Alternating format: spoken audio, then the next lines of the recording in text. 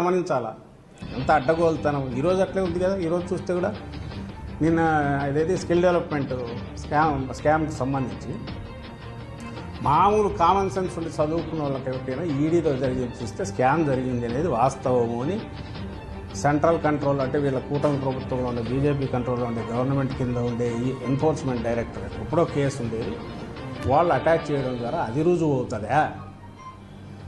చంద్రబాబు నాయుడు గారికి clean chit ఇచ్చినట్టు కనిపిస్తుందా?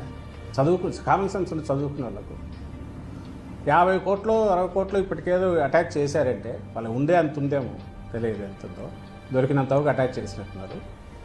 అటాచ్ చేశారంటే ఆ మేరకు అదేది ఈడీ ఏదైతే క్యాష్ దీని రూపంలోనో అక్రమంగా దీన్ని చేసింది అనేది పెట్టింది అంటే దట్ ఇట్ సెల్ఫ్ ఈ స్కామ్ అని కదా.